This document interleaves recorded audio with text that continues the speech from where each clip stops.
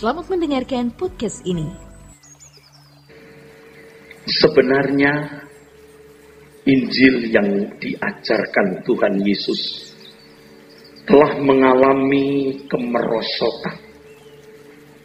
Dalam bahasa populernya dekadensi. Hal itu disebabkan oleh karena orang-orang Kristen telah banyak dipengaruhi oleh cara berpikir, filsafat, gaya hidup manusia sekitarnya atau semangat zaman. Sehingga Injil yang diajarkan di banyak komunitas Kristen sesungguhnya bukan Injil yang murni, bukan Injil yang diajarkan Tuhan, saudara. Tetapi banyak orang Kristen yang tidak tahu bahwa apa yang didengar dan yang diajarkan kepada mereka bukan Injil yang murni yang diajarkan Tuhan Yesus. Bahkan pengajarnya sendiri tidak tahu bahwa mereka telah menyesatkan jemaat dan membangun bangunan berpikir yang salah, sebab tidak mengerti Injil yang sesungguhnya yang diajarkan oleh Tuhan. Saya ambil contoh misalnya soal percaya. Dari hal ini kita melihat kemerosotan Injil itu. Kalau percaya kepada Tuhan Yesus cukup dengan mempercayai identitas dan statusnya bahwa dia juru selamat. Orang Kristen tidak perlu teraniaya pada zaman gereja mula-mula di abad 1 itu. Kalau mereka cukup percaya kepada Tuhan Yesus dengan mempercayai sejarah atau seluk-beluk tentang Tuhan Yesus atau mempercayai sejarahnya, maka orang Kristen tidak perlu mengalami aniaya.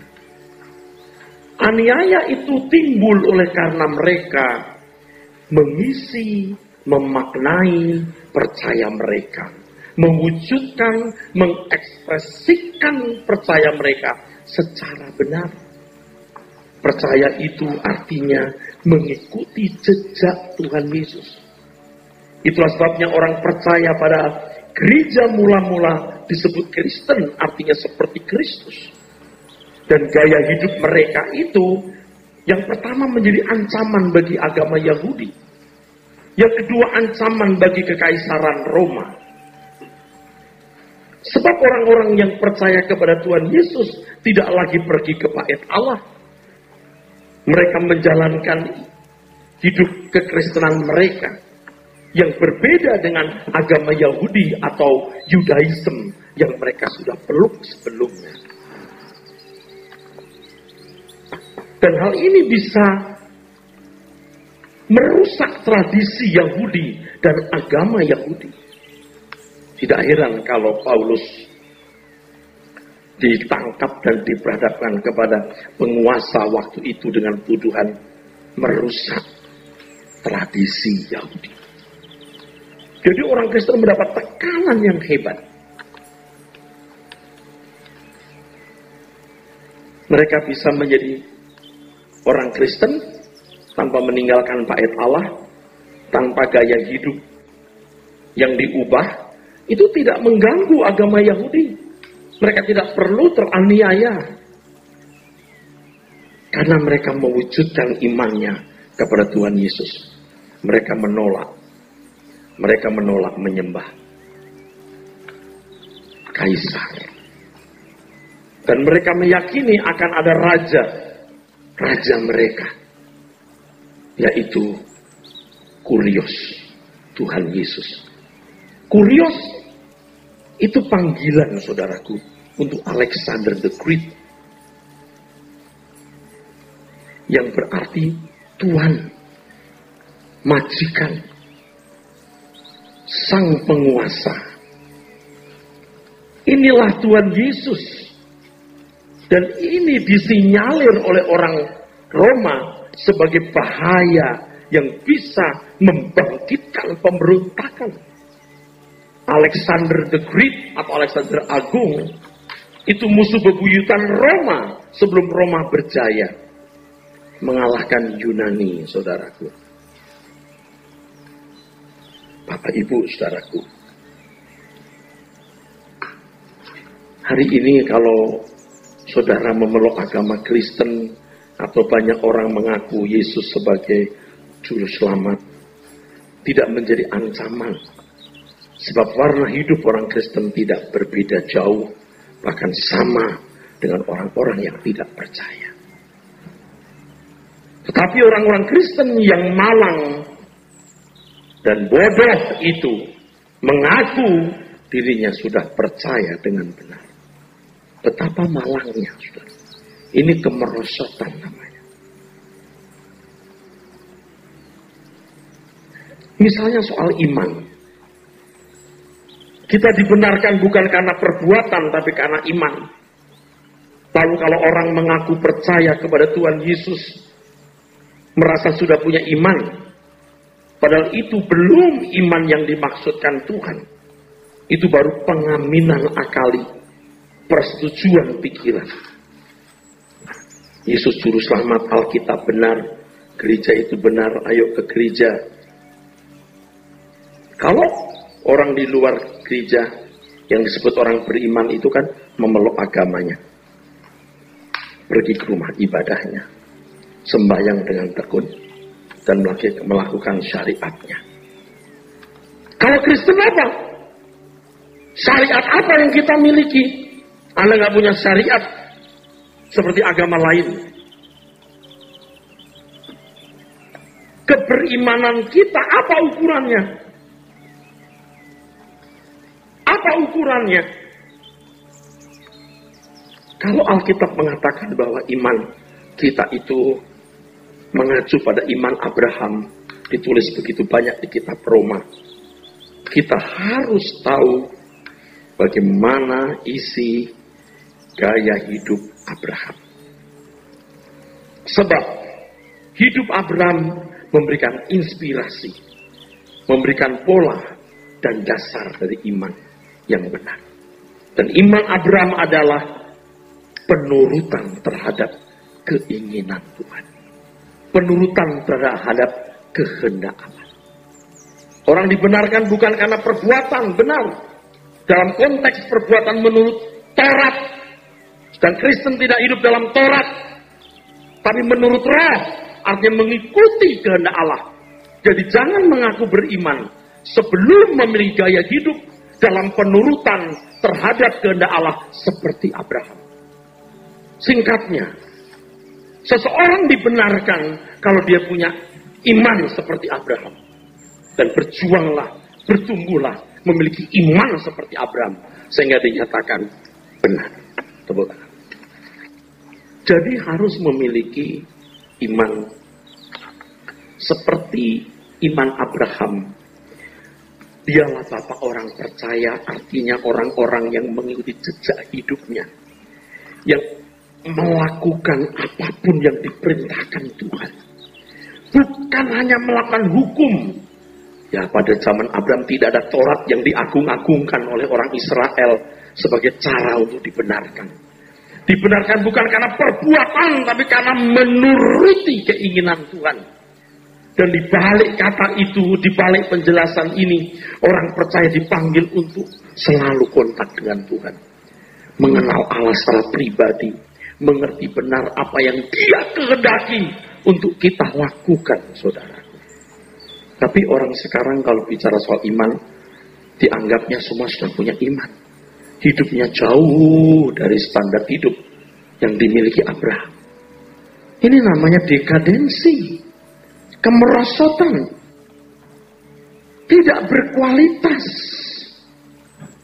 Misalnya soal pelayanan. Banyak orang berpikir yang namanya melayani itu menjadi aktivis gereja, atau lebih lengkap lagi menjadi pendeta. Salah, saudara, itu keliru. Dulu pendeta kalau ngomong, termasuk saya dulu, ngomong sama orang yang sudah cukup untuk bisa diajak pelayanan, kita ketok bahunya, kita berkata, sudah bro, Sudah saatnya kita melayani Tuhan. Artinya ikut ambil bagian dalam kegiatan gereja. Apakah kalau ikut ambil bagian dalam kegiatan gereja namanya melayani? Melayani yang sesungguhnya adalah menyenangkan hati Tuhan. Kalau suami melayani istri gimana? Cukupkah setiap bulan Anda memberi uang untuk belanja? Udah kasih uang? Udah mau diajak tidur? Jalan-jalan hari libur? Cukupkah? Jalan-jalan seminggu 2 kali? Cukupkah? Kalau suami melayani istri adalah setiap saat menyenangkan hatinya. Tidak melukai. Ada suami yang berkata begini, Pak, istri saya itu nggak bisa mesra-mesraan. Gimana saya nggak selingkuh? Dia nggak bisa mesra-mesraan. Loh, dulu waktu pacaran, menikah, bulan madu bisa mesra? Oh ya bisa dong, bisa. Sekarang nggak tahu tuh. Kenapa? Kenapa? Kalau suami sering kasar, melukai hati, susah buat diajak mesra. Bagaimana istri melayani suami? Cukupkah diajak tidur? Cukupkah menyediakan makan? Menyiapkan pakaian waktu mandi? Ngurus anak-anak? Membersihkan rumah? Gak cukup. Setiap saat menyenangkan hati suami. Itu saling melayani. Maka dalam pemberkatan nikah saya sering berkata, menikah itu bukan mencari kebahagiaan. Menikah itu bukan mencari kebahagiaan. Menikah itu memberi kebahagiaan. Itu teruji nanti pada waktu hidup bersama. Egoisnya mulai muncul. Waktu pacaran bulan madu masih hot. Libido seks itu bisa menutupi mata. Tapi ketika hidup bersama mulai tahu seberapa seseorang menyenangkan pasangannya. Kita banyak gagal dan bersalah kepada Tuhan dan pasangan hidup kita. Kita sekarang mau memulai hidup yang baru. Ya. Menyenangkan Tuhan itulah pelayanan yang sesungguhnya. Saudara jangan berkata, Pak Eras saya nggak bisa dukung Pak Eras. Saya nggak bisa aktif di gereja, saya nggak bisa apa-apa. Saya juga miskin Pak, nggak bisa kasih duit. Bapak, pelayanan ini membutuhkan uang, saya nggak bisa buat apa-apa. Tidak perlu. Gimana dong nanti Pak Eras? Ini pekerjaan Tuhan yang Tuhan pasti topang. Percaya sekali Tuhan tidak permalukan kita. Jadi saudara tidak perlu berkata begitu. Senangkan Tuhan dalam hidupmu tiap hari. Itu pelayanan yang sesungguhnya, saudaraku. Saya juga kadang-kadang sedih lihat orang yang menjadi sahabat-sahabat saya yang baik. Melayani Tuhan dalam kegiatan gereja. Mendukung keuangan. Saya sangat appreciate. Saya menghargai, saya menghormati, saya berterima kasih. Tetapi lebih dari dukungan saudara bersama dengan saya dalam manajemen organisasi gereja ini, lebih dari saudara bisa memberikan dukungan keuangan yang sangat Tuhan kehendaki, yang juga sangat saya harapkan saudara belajar untuk bisa menyenangkan hati Tuhan setiap hari. Percuma saudara ikut saya dalam kegiatan gereja dan mendukung keuangan. Kalau saudara tidak menyenangkan Tuhan setiap hari, toh akhirnya saudara akan terbuang. Menyenangkan Tuhan bukan hal yang mudah, saudaraku. Juga bukan hal yang sukar. Tapi sangat sukar. Tapi kita harus belajar. Kalau saudara punya tekad yang sungguh-sungguh, Roh Kudus akan menolong saudara. Kalau saudara berkata, Tuhan aku mau menyenangkan Engkau, aku tidak tahu bagaimana caranya. Engkau tidak kelihatan dan Engkau kadang-kadang seperti tidak ada. Tetapi aku percaya Engkau hidup. Engkau ada, Engkau eksis. Tolong aku Tuhan. Tuhan pasti menolong saudara. Hanya orang-orang yang menyenangkan Tuhan yang pantas berkata begini. Di mana Engkau ada,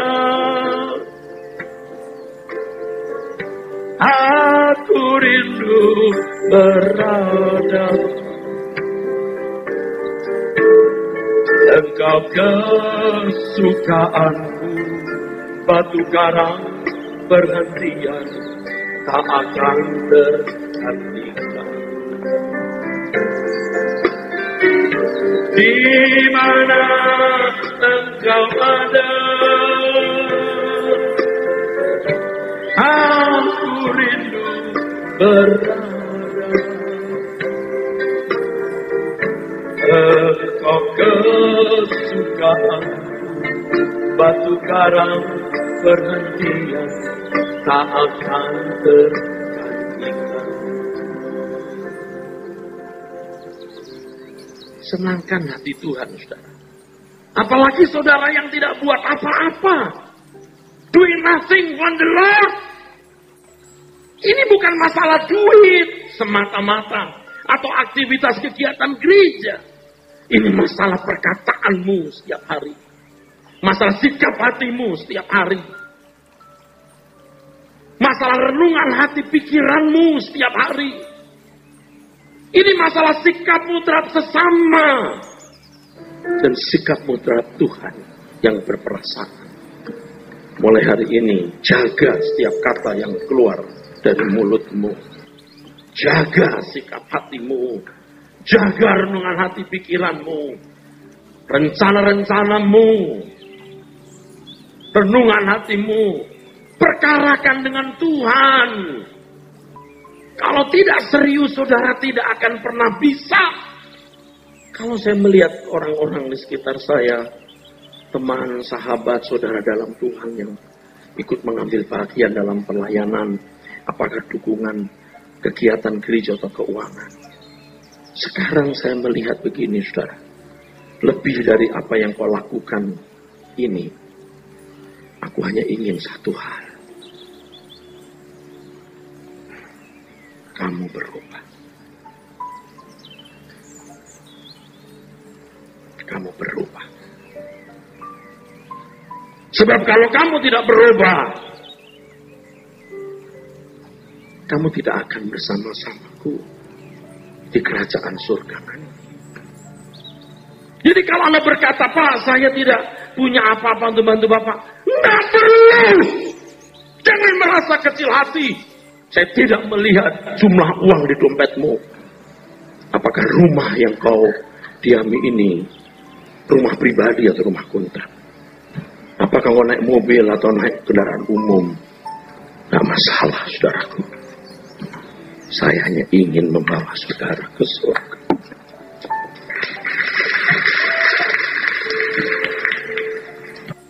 Saudara belum melihat tragisnya hidup. Saudara belum mencapai level rohani yang cukup. Anda tidak menyadari betapa dahsyatnya kekekalan itu. Maka saudara masih banyak yang ceroboh. Anda tidak menghormati Tuhan secara pantas. Sebab orang yang menghormati Tuhan secara pantas akan menjaga perkataan mulutnya. Menjaga sikap hatinya. Menjaga setiap langkahnya.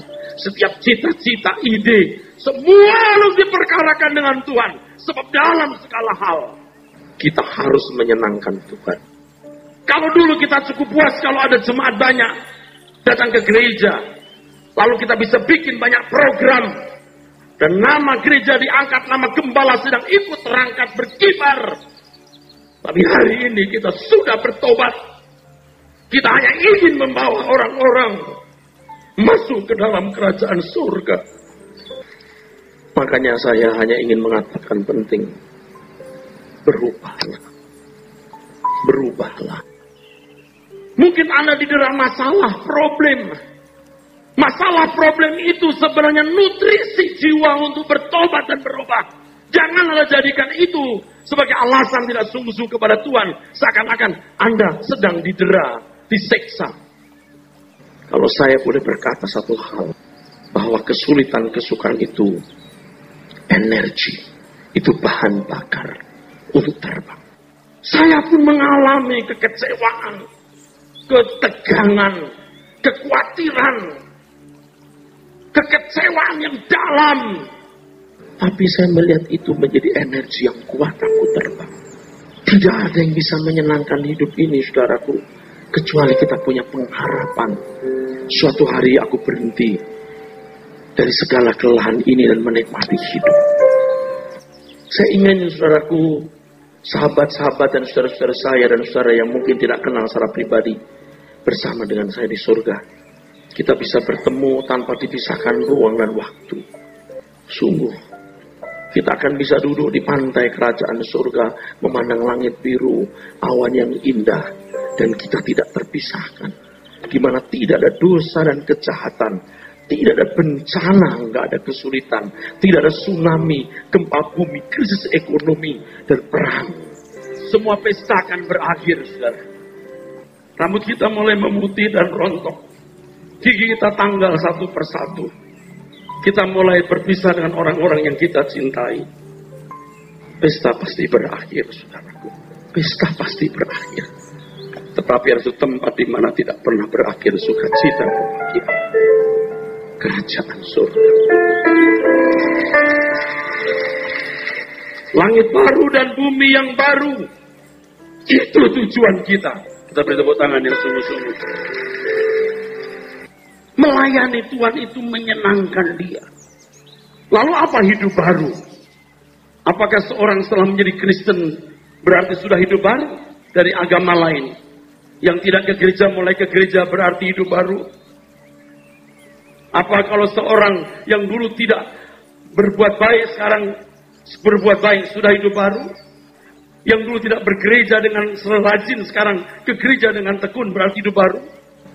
Itu pengertian-pengertian yang sempit dan dangkal, menyesatkan dan bisa membinasakan. Mari kita belajar mengenai satu hal. Orang-orang non-Yahudi, bukan orang Yahudi yang mau masuk agama Yahudi, mereka harus dibaptis. Namanya baptisan proselit. Dibaptis tefilah. Dari kata tafal dalam bahasa Ibrani. Kata ini sama dengan baptis atau dibaptis. Baptiso.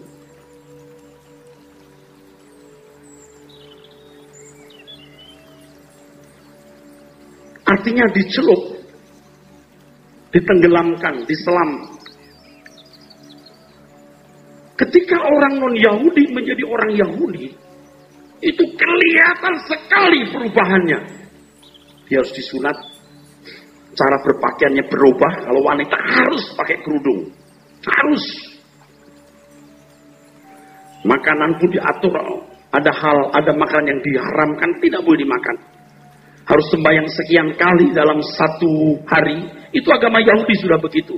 Kalau sembahyang berkiblat ke Yerusalem, itu sebelum ada agama Kristen, agama Islam, ada orang Yahudi sudah melakukan itu. Agama Yahudi muncul tahun 1440 tahun sebelum Masehi. Sekitar 1500 sebelum agama Kristen. Agama Kristen muncul abad 1, 600 tahun kemudian baru agama Islam. Sebelum ada agama Kristen, sebelum ada agama Islam, orang Yahudi sudah tekun begitu, saudara sekalian.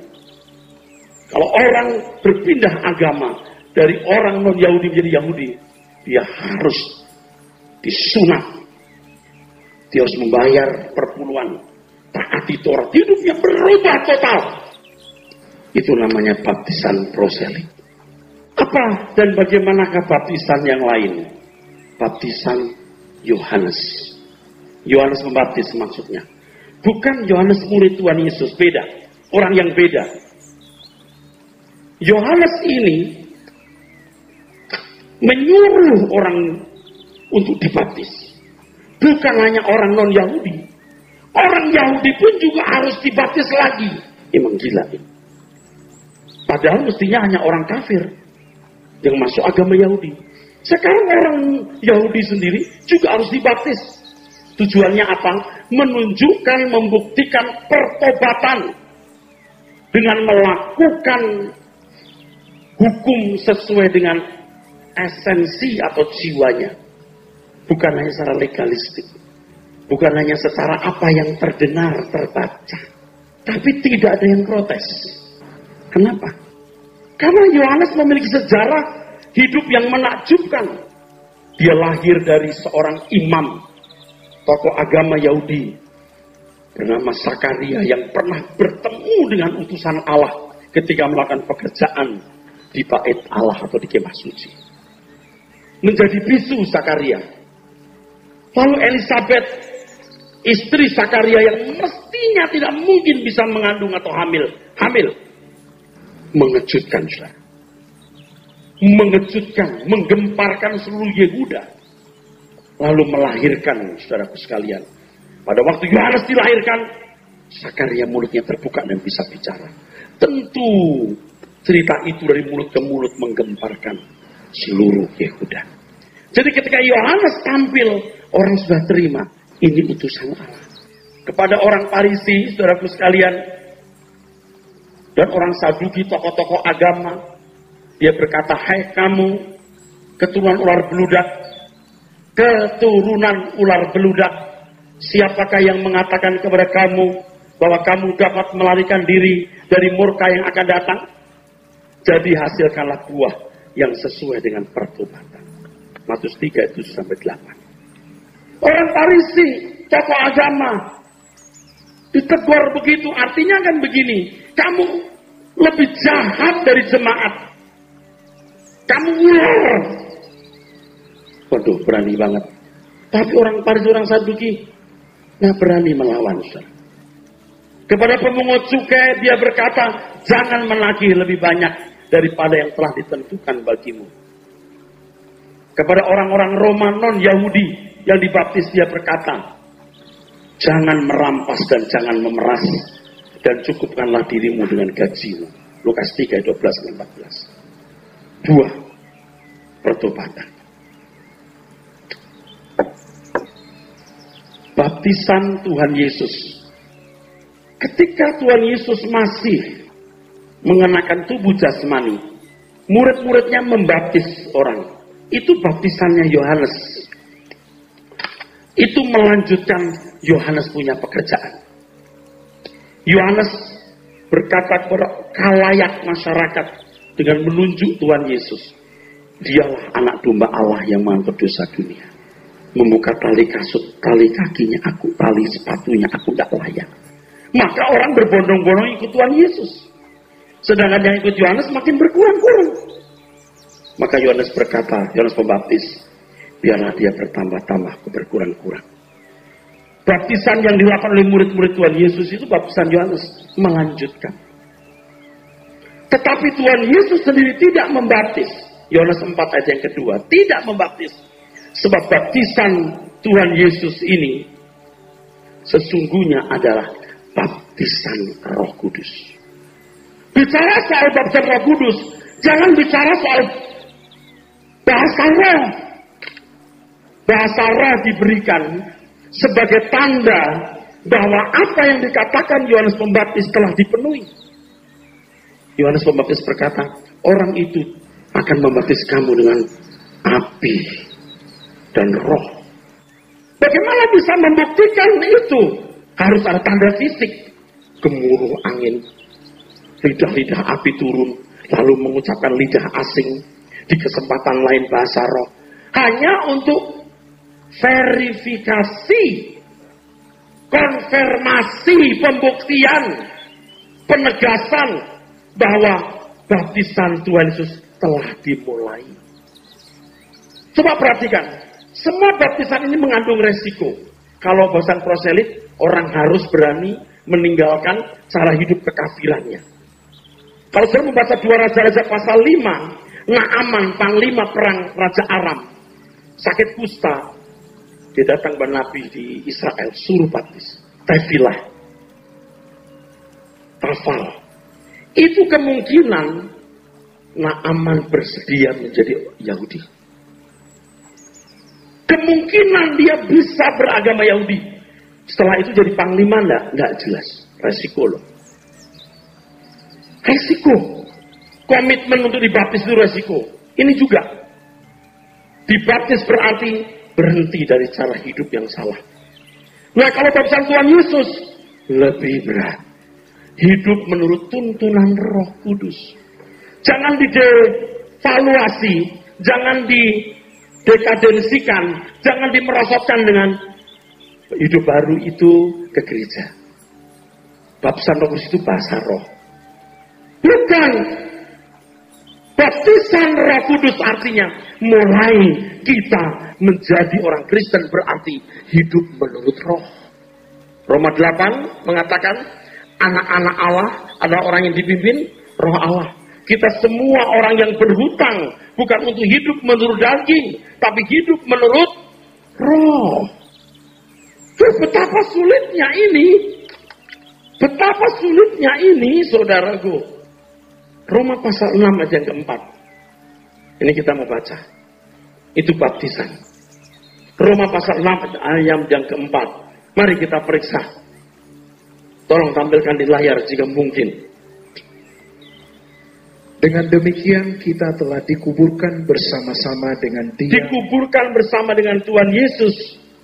Oleh baptisan dalam kematian. Terus, supaya sama seperti Kristus telah dibangkitkan dari antara orang mati oleh kemuliaan Bapa. Demikian juga kita akan hidup dalam hidup yang baru. Ayat 3. Ayat 3. Atau tidak tahukah kamu? Maaf. Ayat 3. Tidak atau kamu terus. Bahwa kita semua yang telah dibaptis dalam Kristus telah dibaptis dalam kematiannya. Dengan demikian kita telah dikuburkan bersama-sama dengan Dia oleh baptisan dalam kematian, supaya sama seperti Kristus telah dibangkitkan dari antara orang mati oleh kemuliaan Bapa, demikian juga kita akan hidup dalam hidup yang baru. Baptisan itu lambang kematian. Nah, begini saudara, ini ayat luar biasa. Artinya saya kasih tahu, kamu dikuburkan bersama dengan Dia, dikubur dalam kematiannya. Artinya begini, waktu Tuhan Yesus mati, itu point of no return, titik tidak balik. Sejak itu Tuhan Yesus tidak jadi manusia lagi, tapi jadi anak Allah yang duduk di sebelah kanan Allah, yang menerima kemuliaan pemerintahan. Tuhan Yesus tidak menjadi Tuhan bagi dirinya, Dia menjadi Tuhan bagi kemuliaan Allah Bapa. Sejak itu tidak ada kemungkinan Dia berbuat salah. Dia berhenti dari dosa, berhenti segala kemungkinan bikin salah. Selama jadi manusia, Dia tidak pernah bersalah. Tapi bisa berbuat salah. Maka dengan ratap tangis dan doa, Dia menaikkan keluhan kepada Dia yang berkuasa menyelamatkannya dari maut. Dengan ratap tangis Dia berkata, jika boleh cawan itu lalu daripadaku. Itu bukan bersandiwara. Kalau boleh cawan lalu daripadaku, itu bukan sandiwara. Itu serius.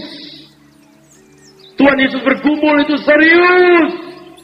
Tapi begitu Tuhan Yesus menyelesaikan tugasnya, Dia berhenti dari semua kemungkinan berbuat salah. Sekarang Dia hidup untuk kemuliaan Allah. Menjadi penguasa, saudara. Nah, kamu dikuburkan bersama dengan Dia, artinya kamu juga harus sampai titik di mana ada point of no return. Titik tidak balik. Tidak berbuat dosa lagi. Makanya hidup baru itu adalah proses dinamis yang tidak pernah berhenti. Anda berhenti bertumbuh, Anda mati. Pohon makhluk hidup berhenti berkembang, berhenti berubah, mati berarti. Banyak orang puas. Saya sudah lahir baru 10 tahun yang lalu. Sudah lahir baru 5 tahun yang lalu. Sudah lahir baru 30 tahun yang lalu. Hidup baru itu harus berlangsung terus. Memang dimulai sebuah titik yang kita juga tidak tahu kapan Tuhan melahirkan baru kita. Ketika kita diproses, iman datang dari pendengaran oleh firman Kristus. Kita mesti bertumbuh. Tidak boleh berhenti. Harus berkembang terus. Jangan mengatakan saudara telah punya pengalaman sekian tahun menjadi orang Kristen. Saya mendapat pelajaran mahal. Walaupun tidak berkaitan langsung. Tidak berkaitan langsung ya. dengan konteks ini, tapi berkaitan juga sebenarnya. Tuhan mengajar begini, Erastus, semua prestasimu tidaklah secara otomatis berimplikasi dengan apa yang kamu hadapi ke depan. Oh, aku udah doktor teologi ya, 35 tahun melayani. Nih, 35 tahun melayani, aku bisa lewati banyak pencobaan. Jangan sombong. Ke depan kamu punya tantangan baru. Lulus dari tes ujian nasional SD, masuk SMP. SMP lulus, masuk SMA. Tapi kuliah tidak, mata kuliah. Jangan berhenti bertumbuh. Anda tahu bahwa kita akan diproses Tuhan sampai bersih. Ketika saudara diproses Tuhan lewat berbagai hal, kesempatan berdosa yang pertama, keadaan-keadaan yang sulit, yang membuat Anda cemas, khawatir, takut. Ini merupakan kesempatan mengukir kesucian. Kesempatan mendinamiskan hidup baru. Anda tidak bisa mengasihi musuh kalau belum ketemu musuh. Waktu ketemu musuh, kita mengampuni. Itu dinamika hidup. Kalau nggak ketemu musuh, kita nggak tahu bagaimana kita mengasihi musuh. Betul? Betul? Memang berjenjang. Seperti yang saya katakan. Kita tidak langsung mendapat musuh yang langsung meludahi muka. Kita seret. Tidak. Kita ketemu orang yang buang muka. Gimana kita menghadapi orang membuang muka?